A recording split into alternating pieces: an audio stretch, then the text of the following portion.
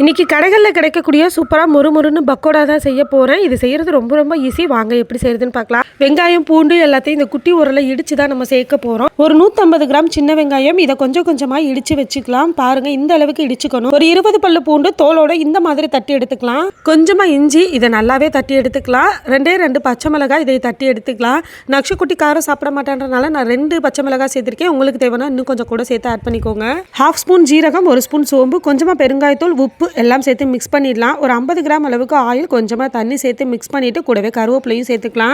1 cup அளவுக்கு கடலை மாவு, 1 ஸ்பூன் அரிசி மாவு சேர்த்துட்டு மாவை விரலால மட்டும் தள்ளி தள்ளி விட்டு பிசைஞ்சிக்கலாம். பாருங்க, பக்கோடா மாவு இந்த கன்சிஸ்டன்சில இருக்கணும். அழுத்த கொடுத்து பிசைஞ்சிடக்கூடாது. இந்த மாதிரி கையால தள்ளி தான் பிசையணும்.